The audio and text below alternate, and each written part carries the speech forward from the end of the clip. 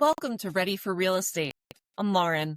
Whether you're renting your first apartment, buying a family home, or building an investment portfolio, this show's about the strategy and the nuts and bolts of the industry. We believe real estate is the most versatile tool for building wealth, but you have to know how to use it. We're here to help you navigate the shifts so that when opportunity knocks, you'll be ready.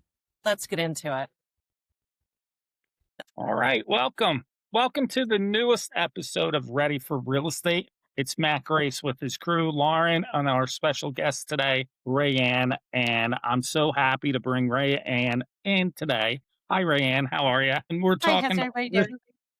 great. We're talking about listing presentations and just trying to get the background for people just to have them confident and ready so they know what to do. And so you have more success, I feel, when you're ready and prepared than when you go into cold, not or knowing something else that has nothing to do with it. And so many times you'll hear, but my dad said this, or my uncle said this, or my neighbor's a realtor and she said to do this. Well, this is just a conversation that we started Ready for Real Estate to make sure that we kind of cover all the bases for you, open, honest with the industry pros like Raeann. And we're just throwing everything out there and welcome aboard. And so from there, we're going to introduce Lauren Pio, our resident realtor. Hi, Lauren. Hey, Matt, that's me. How are ya? And Lauren's going to take over from here. And everyone, enjoy the episode. Awesome. Thanks so much, Matt. And Ray, thank you so much for joining us. We have Raeann Jackapino with Peak Properties Group in New Jersey. We are both with eXp Realty, actions just about everything with the team. I'm going to kick it over to you, Ray, if you want to give a little bit of background professionally for yourself. Sure. So I actually initially got my license in 1999. And I only had it for a few months. My daughter was a baby and it was just hard to balance everything. So I decided to let it lapse and I reinstated it in 2016. So I'm coming on about 10 years. Got my broker's license 2 years ago. And I formed the team in the fall of 2023. So we have a great solid team. And I actually spent about 4 years on a very highly producing REO short sale team. They work mainly with distressed properties. So I gained a lot of experience there. And I've since working with the same investor clients that I started working with way back then. So that's probably, I would say, my area of expertise. That's awesome. And that's the fun part with REOs and foreclosures and everything is I know you have horror stories. We all know I love horror stories. Yes, unfortunately, yes. And they're challenging too. They can be definitely be some challenging projects. So coming from that investor mindset, when it comes to flipping a property, selling a property, what does it look like if I call you and say, "Hey, Ray, I want to list this property"? What are some of the first steps? Walk me through. What are we going to talk about? What do you need from me as a consumer? What do we look like here? In terms of listing a foreclosure or in terms of just the listing? Either. Honestly, let's get into listing, standard listing. Okay. So I usually start with, there's usually a short introduction phone call just to find out their motivation, their timeline, exactly what they're looking to do. And then by the end of the call, we're talking about next steps. We're scheduling a consultation in person. What I usually like to do is go and tour the property. While I'm touring the property, I'll be asking questions. Have they had any recent repairs, renovations? When are they looking to move? Just that's the right time to ask all those questions. Then we'll talk a lot about setting expectations. There might be some things we might need to discuss in terms of, if there's a septic, if when how long has the septic been there? Has it been recently tested? There may be some red flags that you may decide to discuss during that time, or how you want to work on that moving forward. You're definitely going to want to educate the sellers if they haven't sold a home in a while on the entire process. I think I usually like to come with a preliminary CMA. That may change depending on how long before they're ready to list their house. You also would want to go over different things that you would advise that they may want to do to get the house ready, even if let's say they're not ready for 6 months to a year. It's never too early to go over those items. The biggest thing I would say is definitely clutter. Maybe painting, cleaning. I'm not saying that they have to fully renovate their home, but it does need to be. I would advise that it's move-in ready at least. So we might, at that point, I would probably do a presentation, go over the market, talk about what the market is doing at that time. Like I said, it's really important to keep an eye on the market because if they're not listing for 3 months, 6 months, we all know things could change dramatically during that time. I would also talk about my marketing strategy plan, what I usually do for them to market the listing. Awesome. Awesome. Awesome. So you mentioned when you go and preview the property, of course, we never want to list anything sight unseen because heaven Oh, knows right. what's No, no, what's going to be definitely not. behind those doors. Yeah, right. But you mentioned some red flags. When you go with your trained professional eye, what are some red flags that stand out to you? What are things that you're gonna see flag to the homeowner and encourage that we might miss, that the general customer might not understand? It depends. I mean, it could be as simple as there's a lot of clutter, or maybe they've painted the rooms very bold colors. That it might be hard to market the property. If they disclose there's, let's say, oh, I know my septic has failed. I need a leach field. But I don't plan on fixing it. That's obviously something we have to address. They may say, I mean, there could be any kind of water issue. I mean, it could be minor or it could be, for the most part, I think just trying to do the walkthrough, and it's more on the condition of the home, I would say. Now, how can the condition of the home um affect how it's going to sell? How does the condition of the home fit into that market research that you were mentioning? How can that affect how the home sells? I think it could affect the price.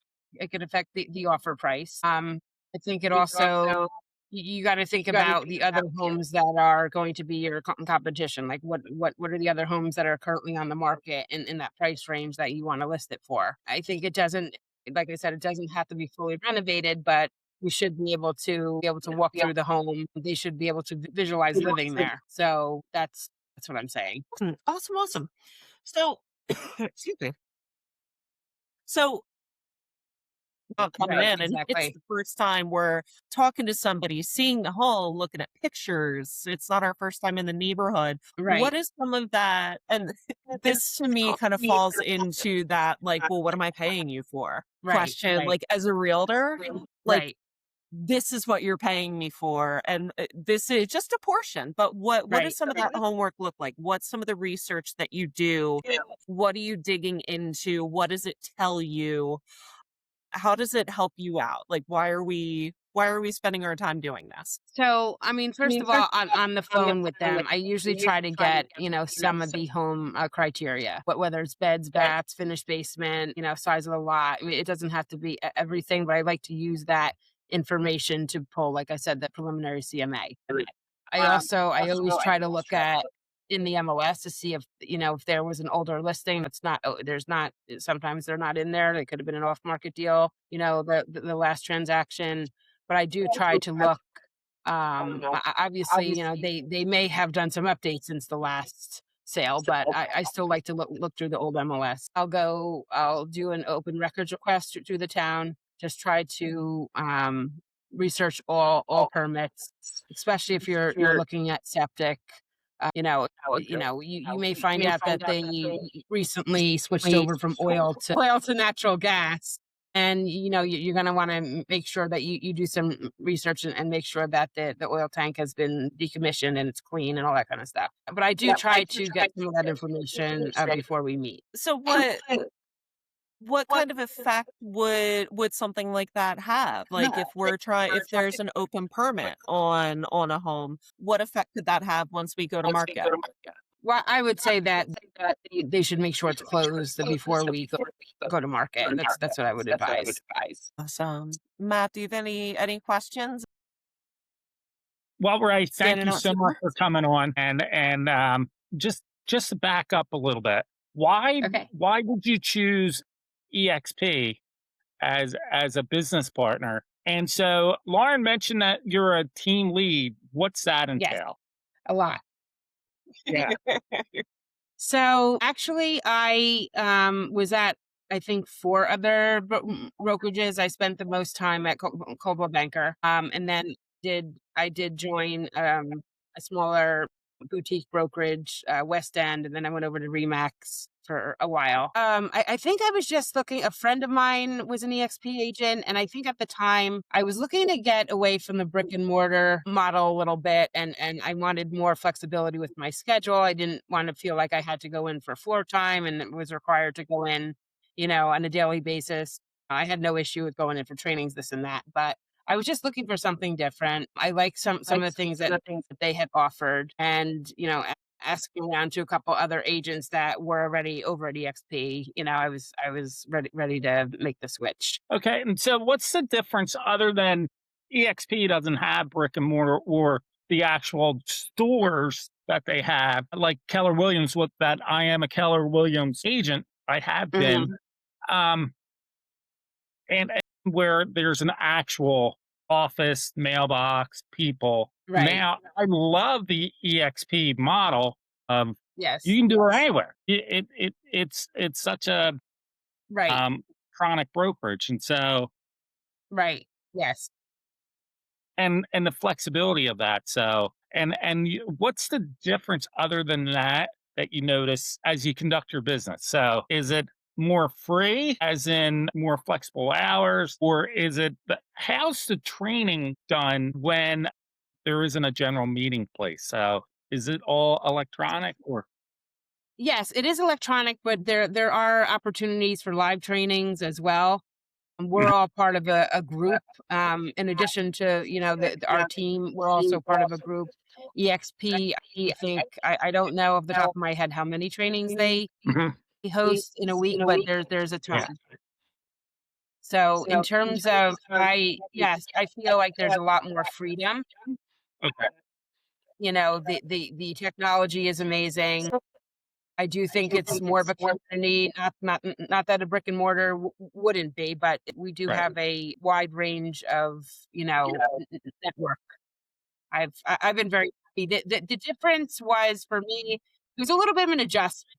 I wouldn't consider myself to be an over technical person. I'm not like Lauren and a couple of the other agents on my team, but I'm fine. But it took a little bit of to try to get into some of their systems were a little bit different for me, but now I love it. I mean, it's just so easy to get any issue resolved. Just jump right into EXP World, or I set up a chat. We all use Slack, so it's much easier. I also have a pretty tight relationship with two guys that run the group. I used to be on one of the guys' team before, so I just go to them first, and then if I don't like their answer, no, just Yeah, kidding. no, that's fine. And I sorry, at a later date, we're going to bring you back and talk about your team lead and the training and Okay, sure. what a new realtor would expect Right, from right. that. Okay, Today that's is great. about I love that. listing. Yeah, And I love your background with that, as in you do a drive by, you check out the neighborhood. right. Yes. Do you find out about crime statistics and No, unemployment? I don't. Yeah, To be honest, I don't. which is probably fine. Right, right. As a big city male says myself, Mhm. really, crime stats are always Right, uh, top of the list. I have a 22-year-old that he right, can quote crime stats better than I can, and he's just a college student. right. Just like Yeah. the reasons. Do you get into like the neighbors? Is it a neighbor issue? Is it their motivation is probably pretty high on the list for you? I don't really get into that, but one of the things I would say is, especially from early on, I will start to research the market in that area. It's really Okay. important to see how long is it are the homes taking to sell? Are they selling over at, what percentage are they selling Yeah. over asking? And like what is the competition?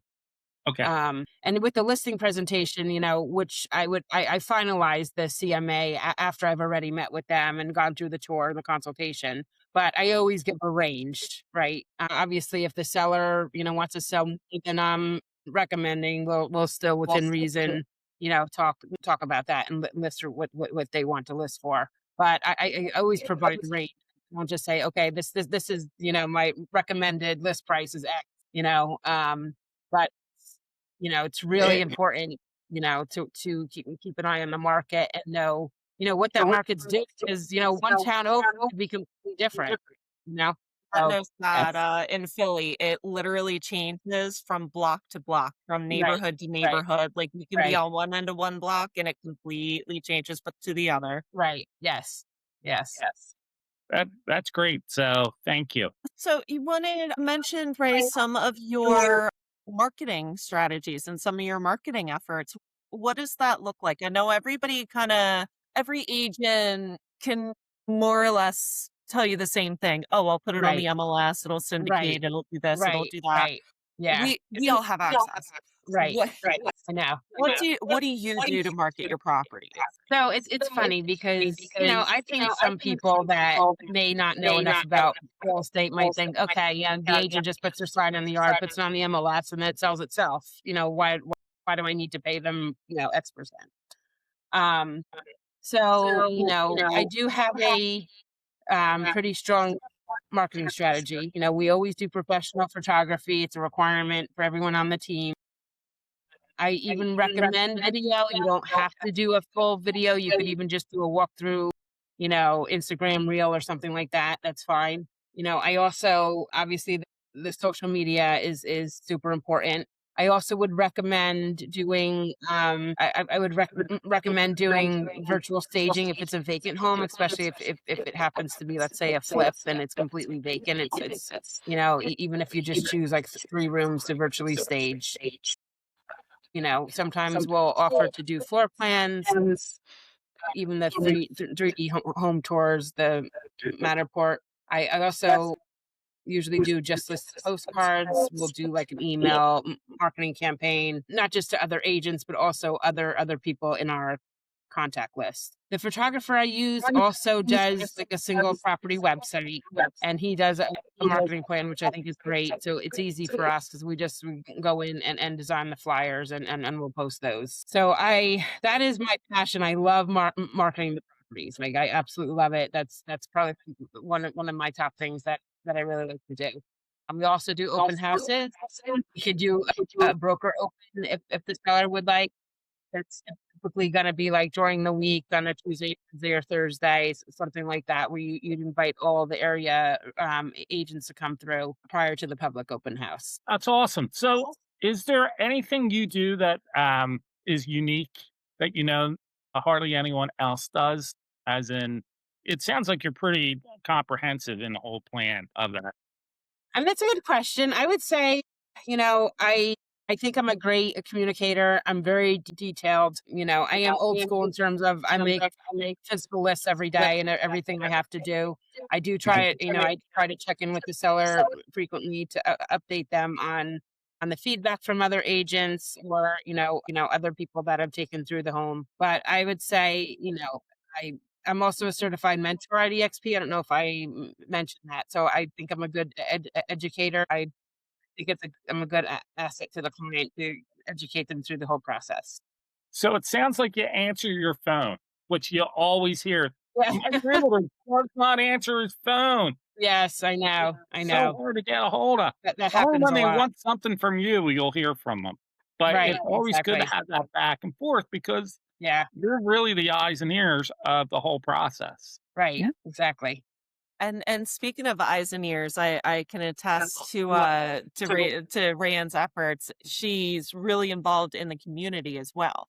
So she really has like her finger on the pulse of the community, knows what people are looking for, and that's to me is the fun part of the job is being able to make those connections where it's like, Right. oh, I know Ray has this listing, I know Matt has a buyer for it, and to kind of bring Right. those Yes. together. I know you're always watching out for stuff like that. I know. You're always looking for team events out in the community as the team's based out of North Jersey. So a lot of events up in that area will go out and there will be a team presence. And it's Mhm. funny, I swear every time I turn around to say something to Raeann, she's talking to a neighbor, Yeah. somebody from the town. Or you turn around, she's like, oh yeah, no, it's the mayor. Yeah. Just chat with them. Yeah. Yes, I know. And we as a team meet once a month because I think it's important to, we're a very collaborative team. So, and we're constantly helping each other out. And we meet like either every week or bi-weekly. And that's exactly it. Like if I know Felicia on my team is her buyer's looking in, let's say Rockaway, then, and if I happen to come across a listing, I'll send it to her. Also, we use Slack as a platform to communicate, with the eXp agents. I'm like on that, right, Laura? Yeah. I'll see something Awesome. come over. I need an agent in the Philly area. I'm like, all right, I got somebody. I'm like constantly trying to connect my agents with other agents. So I mean, we do a lot of networking, which is good. I mean, Lauren's a great. Oh, yeah. Yeah, she is. I think that I always lean on as networking is such a byproduct of marketing. It Right. tells you how well you are at marketing. And I could see now you just said I love to market, and Mhm. and the natural next step is the network of it, Right. Mhm. Exactly. and Exactly. that's awesome. So that's a great job. Right. Yes. Yeah. So let's take your hypothetical listing Mhm. and you seal the deal, you get the listing, you slap your sign in the yard, call it a day. No. What Yeah. Right. what do we do? I've known agents that do that, Some that they people do. flat I hate out to say it, but some people do. yeah, Yeah. they've flat out told me, no, I'll just put a sign in Yeah. the yard and wait for Me phone too. calls. I It's like, actually was at a no. party once, and the other person was an agent, not. I wasn't an agent at the time. And I remember she was listing a friend's house, and she said something like, "Well, I don't have to do anything. I just have to throw the sign in the yard, and it sells itself." I'm like, and now I like laugh at that because boy, is that not true. Oh Mhm. yeah. Oh yeah, your phone's gonna blow up, but I just like know. Matt said, you Yeah. have to Yeah. answer it. Yeah. Yeah. So you slap the sign in the yard. Mhm. What comes next? What is it? What are next steps for your home sellers? What are they doing? So, I mean, I always before, I make sure the photos are I never list until I have the photos back from the photographer. That's like super important. One of my well, it just doesn't look great it's not a great presentation because I know there's so many agents that might just throw like a front photo on for like a coming soon or something like that. And then, I think what happens is people forget about it and they don't go back to the house. They don't go back to the listing. I think it's just a bad first impression. I mean, it's not horrible, but I would just advise against it. I always when they're signing the paperwork and we have a market launch date, then I'm getting the photographer on the schedule and everything. We're already getting everything done. So the time like I'm putting the sign up that it's being launched that day. And that's when a lot of my work, you know, takes off. And I would say for the homeowner, the most important thing would be that the house is show ready. What I does that what does that entail, the show ready? What does that mean for your seller, for your homeowner? I would say any unfinished projects, large or small, I would suggest professionally cleaning if possible, making sure there's no clutter. They don't leave the garbage out, the laundry out. I usually leave them with a checklist, especially for an open house, because that's super important. I mean, it Yeah. has to, they have to have it ready that if there's a showing within 2 hours, that it's easily, able to be shown. Which is something we could discuss during the listing presentation. I know some people like 24 hours notice.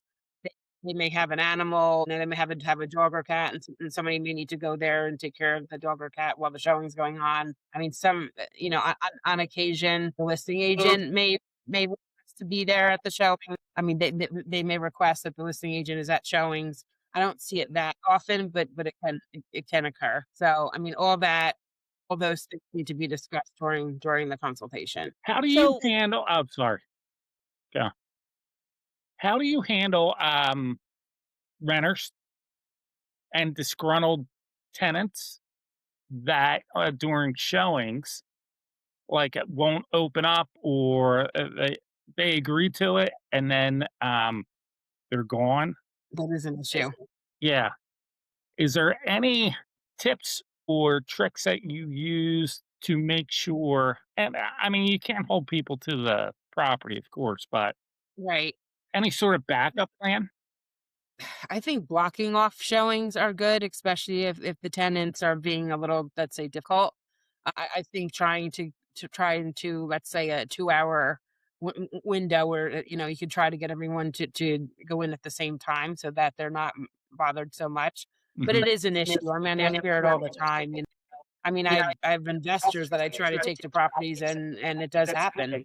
On occasion, the listing agent won't, doesn't even respond to us, Mhm. and then kind of like, yeah, oh, I'm sorry, didn't answer. I guess you can't show the property. I'm like, you want to sell this house? Yeah, right. Yeah. Yeah, it is an issue. Yes, it can be an issue. I mean, Lauren, I don't know. I know she works with a lot of landlords and tenants. She may. it's it can be fun. It can be challenging. I always try to get to the crux of the opposition. Like, why don't you want people coming through? Some people have a young Right. baby that has a nap time. Some people don't want strangers in the house. Some people have a dog. It could be, some people are just weird about it. Hmm. It is what it is. But if we know what the issue is, if we know what the hesitation is, we know how to address it. That Right. it's like, listen, anybody coming through is going to be with another licensed professional like myself. Doors will be locked, lights will be off. We're not going to disturb anything. We're not going to go through your stuff. If you have cameras, you can supervise, you can see. Hmm. Mhm. So just kind of quelling those fears, which honestly, at the end of the day, is a lot of what we do, is what it comes down to, Right. Yes. making people feel comfortable. Hmm. Hmm.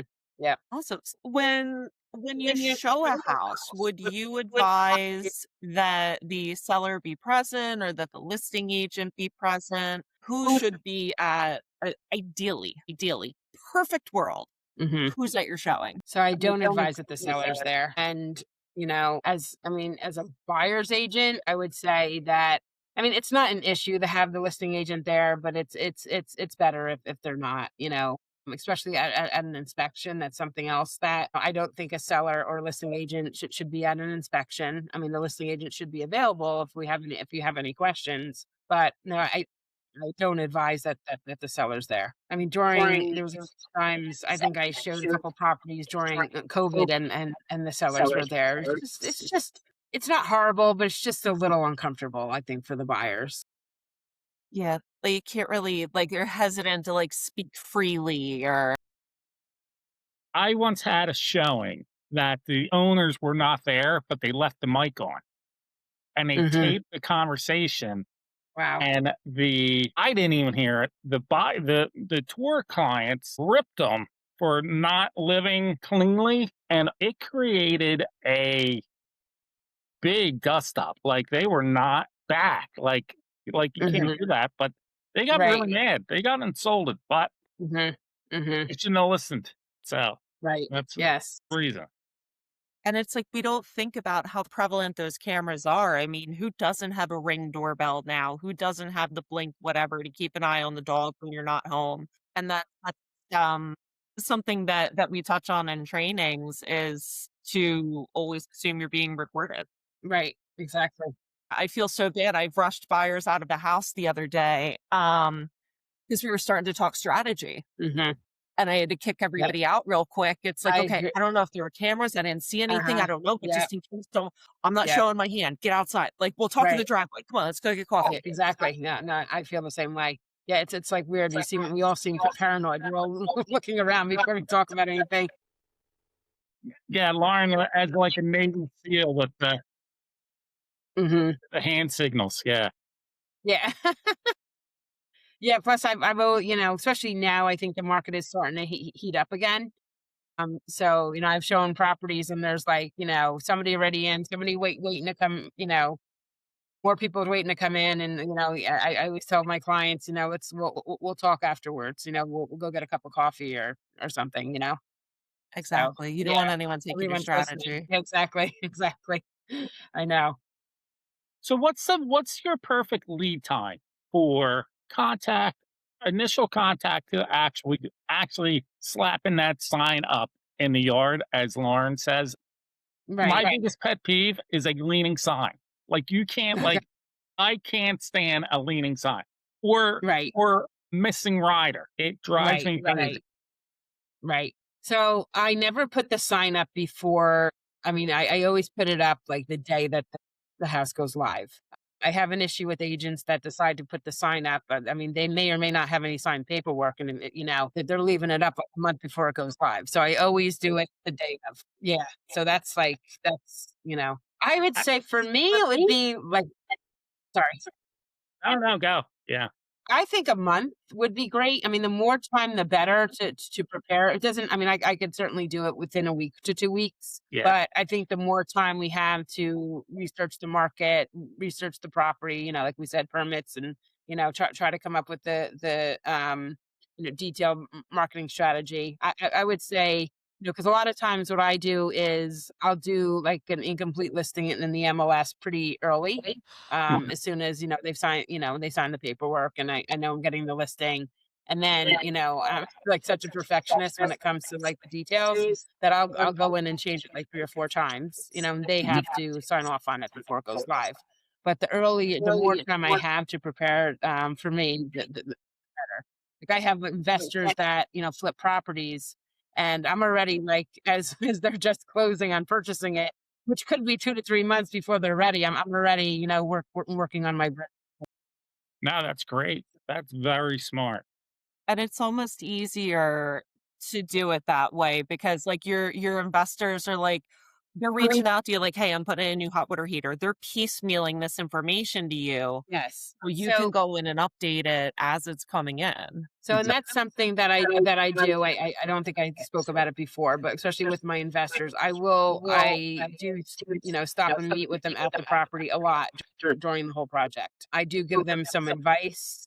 They ultimately do what they want. Especially like trying to get some investors of mine still want to do the gray walls and the gray cabinets, and I'm like, the gray's out. Millennial gray. I know, but I do give advice, and then I love to stop over and meet with them and see the progress. We try to post that, on social media. I find that to be super exciting. And I say like not all agents. It does take a lot of vision. When you're looking for the distressed properties, and I really do think a lot of it for me is that spending the 4 years on the team. That I mean, I've seen some really bad houses. I could tell you really scary stories. But, I think that we have the knack to be able to look past all that, all the issues we have, the clutter, the whatever, graffiti on the wall, whatever it may be. And I just absolutely love to watch the transformation. That is an excellent point that you just bring up because you're just not marketing to buyers. You're marketing to Right. pre-sellers, someone that doesn't Right. even Yes. know, but says, you know Right. what? I really like how Rayanne set this up. Or, you know Mhm. what? I always wanted to flip. There's a house coming up. I want to talk to Rayanne. And that's key. And Yeah. I just like that. I just love it that you do that. It's And I think so sorry. siloed into just I need a buyer, I need a buyer, I need a buyer, Right. but you're so Yeah. universal with that. That's really smart. And I think also, back to sorry to keep talking about the investors, but No, it's very important when you're representing a investor that's going to do a flip on a purchase. You really need to think ahead. You can't just think about, you have to think, okay, well, I'm going to have to sell this property. So let's say it's a half a duplex, and, the house next door is a disaster, or it's maybe not in the best area. I mean, it could be anything. I'm saying, obviously if they want to buy it, they're going to buy it, but you have to think about the resale, that might be an issue. later on. There's times there's a shared driveway, a shared well, a shared septic. Those things might be issues. So it's something that the clients need to think about, when they're looking to purchase it. And also the timing is everything too. I mean, depending when they're purchasing. I mean, everyone needs to buy and sell real estate all year, but you don't want them to miss the market either. I mean, I had a client that originally was going to list his property last October. He still did very well. He ended up listing it in December. And I was like his worst nightmare because like every week I'm like, the house ready? Is the house ready? Is the house ready? And I'd be stopping over and he was ready. It was funny. The first week in December, it actually worked out because it was across from our community park, and there was like a big holiday event going on all weekend. So we did 2 days of open houses. We tried to schedule them around the same time everyone was going to be going in and out of the park for the event. So it worked great. And the first person that came in was the one that bought it. But timing is important. That's an awesome example, Raeann. I'm glad you brought that up. And do you have any other examples of timing? Because I know everyone hears me harp on the spring market, spring market, spring market. Is there, from your perspective, how does timing affect things? Why is timing important when you're listing a home? Yeah, I'm not saying not to list your house in the winter, but I know a lot of buyers want to be able to really inspect like the yard and the exterior of the home. And I know some people really don't. They prefer to not even look until the spring comes. I do think, in terms of sellers, there may be a lot more buyers coming out in the market too. So it'll be way more competitive. For them. But I would say, I mean, I don't think I don't think there's a bad time to sell. I do, and I've heard this more recently with a lot of buyers don't want to go out and see the property until the snow melts. They want to make sure there's no like cracks in the foundation or there's no issues, with the landscaping or with the property. Yeah, I know. Oh, go ahead, Matt. Yep. Sure. I was just gonna say, I know I just just wrapped up a transaction. We had all the snow here in the Northeast. In Pennsylvania. We had it for a couple weeks, which is really bizarre for this area. It's very uncommon. But when we were looking at the house, there was snow on the ground. We went back I went back to check in on them to make sure they were settling in okay, just chatting with them, making sure their movers got there. And we're standing in the kitchen and we look outside. It's like, oh, I didn't know there's a flower bed out there. Mm-hmm. I didn't know there wasn't a patio. Oh, I didn't know this. And it's like, we're just like standing from the kitchen, just stuff that we couldn't see because of the snow. And it's like, huh, right. I know. that's cute. Yeah. So we don't, you're exactly right. Like there's not that the snow is like deceptive by any means, but like, yeah, you may not know. The other thing with the winter too is like the sun may go down at like 4 o'clock. I mean, I had a showing a couple weeks ago in Chester, which is like a beautiful area by me. But by the time we got there, my clients were late. It was like pitch black, so there was like snow on the ground. Plus, you couldn't see anything outside. So I think that's another issue with the winter. I mean, like I said, there's still people that have to sell and buy, so I don't think there's a bad time to list. But I do think like trying to get past the winter may not be a bad idea. Also, the holidays, it's hard sometimes when people have their homes decorated with a lot of clutter. I mean, not that can be like not a huge issue, but if you do celebrate the holidays, I advise to just keep the decorations and a minimal level. Yeah. And it's people are busy around the holidays too. I mean, think about how hard it is to like schedule dinner with a friend around the holidays. So right. You're busy, everybody else is busy. Right. So people may not have time to come out and look at the house to walk through the And I think there's always that surge too, like about early to mid-October, anyone that wants to get in for the holidays. So I do think that if the house isn't ready to be listed in September, October, then you might as well wait because, most people would want to be in for the holidays, depending on their timeline. And just like you said, and it's not the end of the world. I mean, it's just going to be like you're going to be living in a pristine home through the holidays. Do you want to be bothered with that at the same time? Exactly. Awesome. I So love now the realtors that use the holidays to push their, hey, next year you can host it in your new home. I I always know. think that, yeah, yeah, I will had say, double in laws, right? So have it at your place. yeah, I would say I do enjoy because I love, I did have a event planning business too, so I love planning events. I know what Warren does too, so we have that in common. And I love doing the open houses. So this year that we did this the first week in December was great. I love doing, hosting with the theme. We did all sorts of fun stuff. So especially with the event that was right down the street. So it is a lot of fun. that is really cool. Yeah, Couldn't have, that timing couldn't have worked out better. yeah. Yes.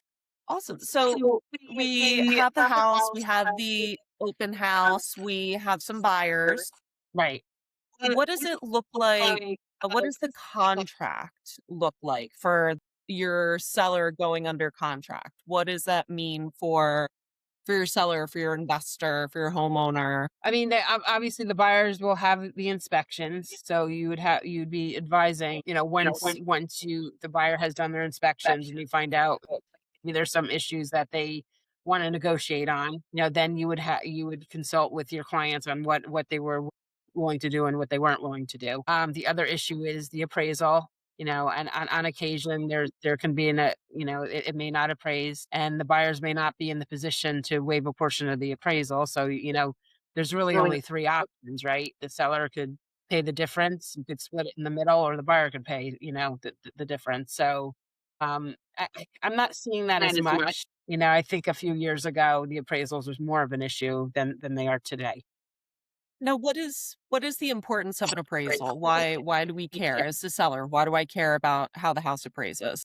Well, the bank cares. So, if the house that doesn't, appraise for the contract price, that's when there's an issue, and the bank doesn't feel confident enough to secure the loan. Awesome, awesome, awesome. So we have the appraisal, we have inspections, we've negotiated. We're coming up on settlement. That's where the three of us get disgustingly busy. This Right. is like, Yeah. if we haven't earned our keep yet, this is where we get it. And I would What say yes. is For me, it's super busy in the beginning, right, with all the marketing, Mhm. and then the showings a little bit. But I mean, you're only just really, I mean, that's not really that big of a deal. Phone But calls, the questions? inspections, that's busy, and then the appraisal, and then of course the settlement for sure. And then have you seen any I love my horror stories. Have you seen any horror stories or anything pop up with title? One time, I haven't seen a lot, but it was funny. It was, of course, a foreclosure. I was representing the buyer. They did a beautiful job. They bought this tiny little 2-bedroom shack, and the agent that listed it was less than cooperative during the whole thing. So, and they were using a 2K rental loan. So I don't know if you have experience with that, but it's like way more involved than a typical mortgage. So I was literally, at the time, I was administrative assistant for the team, the transaction manager, plus selling. So I like every day I was like leaving on my lunch to go to check on the house, letting another mold inspector and letting another contractor in. So anyway, that house, it was funny because we found out from the neighbor that there was a lot included, and the agent did not disclose that. They said, no, it only comes with the one lot, blah, blah, blah. So we were using the seller's choice of title, which sometimes the banks will, they will offer credit or something if you use it. So, the title. So they decided to use their own title company, which I always recommend buyers to use their own title company. But the title came back, and the lot was included. So so they ended up with 2 lots and a big beautiful piece of property. So that's the only time. But I do, when you see the title search come back, I do like read through all of it. You know, I haven't had a lot of issues with that, but that is one thing. If you're representing the buyer, I would always like advise that they have their own title company. Definitely. And I know it's one of the slight differences between Pennsylvania and New Jersey is New Jersey, you have attorneys involved. So they can support in that title role. So it may be the title company may find something, the attorney may find something, and at any Right. point Yes. Yeah. we can flag it. Right. Exactly. Cool. And then is there anything else that's going to pop up before we go to the settlement table, sign your life away and hand over keys?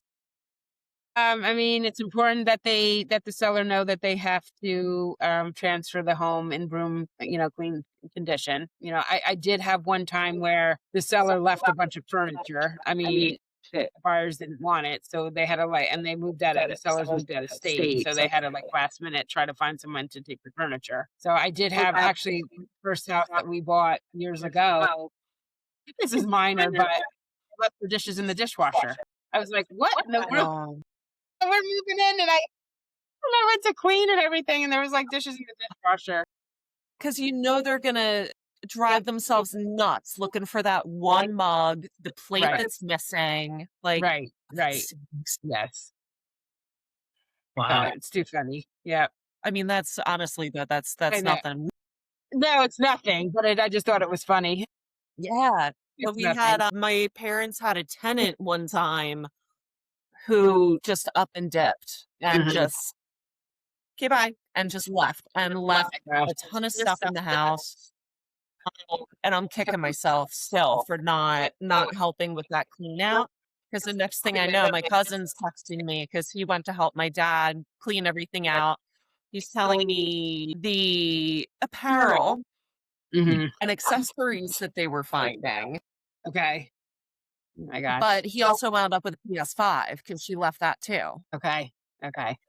Yeah. So it's like that trade-off. And it's It's like, funny. oh, okay, you don't miss It's that one. funny. One of the things I forgot to mention that the seller would be responsible for a well water test, Mhm. if it's not public water, and also the CO. Now, most towns they only require a smoke inspection, but some do a full. There are some towns in New Jersey that do a full CO. My advice with that, I won't say the name of the town. It was in South Jersey. That was probably, and it was a family member's situation too. But the process, excuse me, of the CO was intense. I mean, the amount of inspection it took us, and you know, I made, I knew a couple people in the town that helped us and helped advise us on what to do because it was months, and the seller was moving in the state.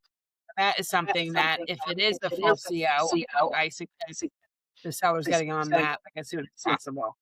But sometimes if it's as is sale, so let's say it's a foreclosure or an estate or a short sale, the buyer would be responsible for the CO and well water test. But usually, if it's a regular, I still call them straight sales. The seller would be responsible to get that done. I mean, it doesn't really take that, well water test, can take a couple weeks to come back, but And anyway. that's it's funny you guys had that caught me off guard when I joined the team and working in that area is how prevalent the private wells and the septic systems are up in Yes. your area in North Jersey. I'm used Yeah. to it where I came up, but even there it was kind of an anomaly. So it was almost comforting to hear. It's like, oh, great, you guys deal with this too. Cool. Yes. Yeah.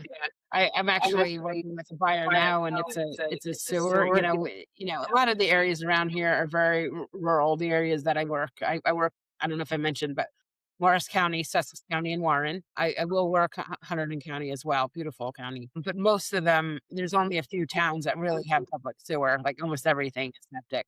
So I'm working with an investor now. We found a property that's sewer, and I'm like, oh my gosh, finally, because one of my clients, he sold a house about a year ago. He did put in a new septic. It was failed when he purchased it, but it took a very long time.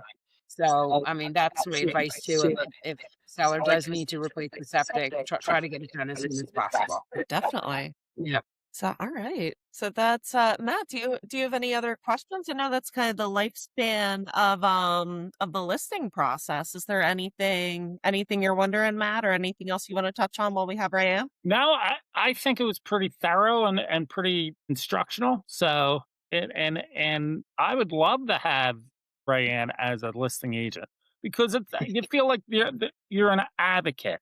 Like Right. Yeah. it's you have someone behind you, just not someone that slap a sign in the yard. Right. You know, Right. Yes. that Yes. doesn't answer their phone, that actually knows what's going on in the area. Be like, Right. hey, Yes. your neighbor just sold. They took $1,000 hit on it, so Mm.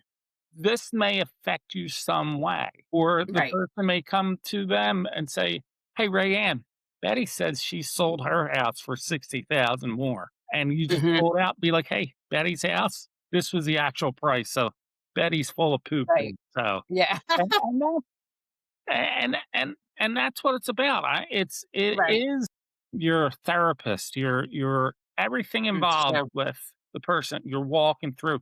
We haven't even touched on like divorce listings or family breakups. And Right. So and hard. Yep. It yeah, is. and that you have to keep professional and on board Yep. and Yeah. there at all times. And even just to veer off a little bit, the really intense listings where they're calling you up at 3 a.m. and asking a basic question that could have waited until a Uh, bird started chirping. yeah. But Yeah. I know. I learned my lesson the hard way with that yeah, Hmm. when I first Yeah. got in the industry, and now it's actually part of my consultation when I meet with clients. I'll let them know, like, "Listen, you don't can call. text me 2 AM, it's fine. I'm I'm not not gonna gonna answer answer you. you, but you can text Yeah. me at 2 AM. Yeah. Like, Yeah. I'll get back to you when I'm working, but, like, Yeah. go ahead, I put my phone on silent every night, like, Right. go ahead, you can Yeah. send me whatever you want, I don't Yeah. care." No, One of but the other things I don't think yeah. sorry, one of the other things I didn't discuss when we were talking about the appraisal, we're talking about whether it was gonna appraise or not, but we weren't really talking about there can be a VA or FHA, appraisal where the appraiser comes in, they have a whole list of repairs. Mhm. So, I mean, that's something that could happen, where the seller may need to do those repairs. Now, occasionally, and I have seen this in some buyer contracts that sometimes the buyer will allocate a specific amount that they're willing to pay for the repairs. So that in a competitive market, I have seen that, Okay. but that's So something I did have. which reminds well, I just need to say in accordance of the name of our podcast being ready, what would Mhm. you expect people to be ready before the listing, before they actually call you? Is there any sort of preparation or any sort of knowledge that they need, or is it kind of like a blank slate, let you come in? And then the second part of that, what would be your perfect client to list for? Is it someone that's isn't an investor? Is it someone that's transitioning up, transitioning down? Your thoughts. I don't think they need to know anything because I do feel Yeah. like I would just walk through the whole process. I mean, if they have any base knowledge on selling a home, great. But even if they don't, we have a pretty extensive seller's guide. I mean, I'm always available to talk with them. I know I forgot to mention this earlier, but we do have a strong contractor partner network where if they need anything repaired, renovated, we would connect them with, a few different people. So they don't really need to do anything, beforehand. And my ideal seller would probably be so I'm going to say an investor only because I've sold them the home. I've been available to consult with them during the whole process. So for me, I always like to know the home I'm selling. So, throughout. So that would be my ideal listing would be one that I've sold them, I've helped advise them on and now we're getting ready to list it. And like I said, and I would have plenty of time to come up with a marketing plan for that. So that's my answer. But I would, I love listings, I love buyers, in terms of listings, it's so I would help anyone. Great. I'm ready to list right now, but I don't look for It's great. plus, I don't make the call. It's my wife. I'll be honest with you on this one. So That's a good one. my wife wants to move to Bucks County and I want to move to Mullica Hill. But Okay. yeah, I'm gonna lose that battle, but hey, my wife will be happy. So that's a good point what you just said. Yeah. I think it's super, and it's something I wasn't thinking of earlier, but it is very important that if both, let's say husband and wife own the property, they both need to be at the listing appointment. You can't just have like, oh well, my husband's not here. They both need to be present. Mhm. Yeah. All the decision That's smart. Yeah. makers, Yeah. anyone who has a Yes. say in it. Mhm. Right. Exactly. like you don't want to be in a position where you have a conversation with one half of the decision makers and then the other one comes in and just throws a wrench in the works. And Right. not that they would do it intentionally, but it's like you are almost starting over from square one because now it's Right. like, Yeah. like the goals could completely shift your how you handle the client, how you handle the listing, that could Right. completely Yes. shift. Yes. Nah, Great that's information. So I'm good. So, Rayanne, if you have anything else you want to touch on, I normally like to have you mention your contact information, how they can get a hold of you. sure. Yeah, Yep, absolutely. So the easiest way would be my cell phone, which is 973-476-3531. excellent. Also could my email is Raeann, and it's RAEANN at peakpropertiesgroupnj.com. And then we'll have all that in the show notes along with a link to websites, anything like that. Mm-hmm. And then Ray, do you have any resources you'd like to share Oh, I was if gonna say, listeners have any questions? even if it's somebody that's not looking to buy and sell, if it's somebody that's looking to get into real estate and they want to meet with like Lauren and I and talk about EXP a little bit, I mean, feel free to reach out. We're actually doing a buyer seminar on Saturday, April 25th at the new Wineskin Emporium. It's a bookshop in Chester, New Jersey from 2:30 to 3:30. So we do have a sign up sheet for that. So we're Great. very excited about that. Yeah. That'll be fun. Yeah. Yes. It's a great little bookshop. Like Oh my it's gosh, it's so so cute. cool. It's Yeah, exactly what you want it to be. exactly. Yes. Okay. And thanks so much for having me. Thank you. Sure. It's Thank you for joining us. yeah, yeah. Thanks. I always learn on these things, and that was the other thing. Hmm. I uh, I always say we learn together. That's been one of my tags here, and it is. Okay. Yeah. Yeah, and you really can't shut the learning off. So Hmm. many times that you come across an ego in the business, and it's like you need to learn a little bit more. But Right. Right. Yes. it's always the meshing of the personalities and stuff. Hmm. But so let's just end in 5, 4, 3, 2, 1, and that's it, folks. For another great episode of Ready for Real Estate with our co-host Lauren and Ray Ann, really teaching us about the listing presentation and what to expect, and some crazy stories here about listings and investors and all the fun stuff. So I hope you enjoyed listening today. I'm Matt, and everyone stay ready. Thanks for listening. Take care, folks. Thank See you you. the next time. That's it. That's all.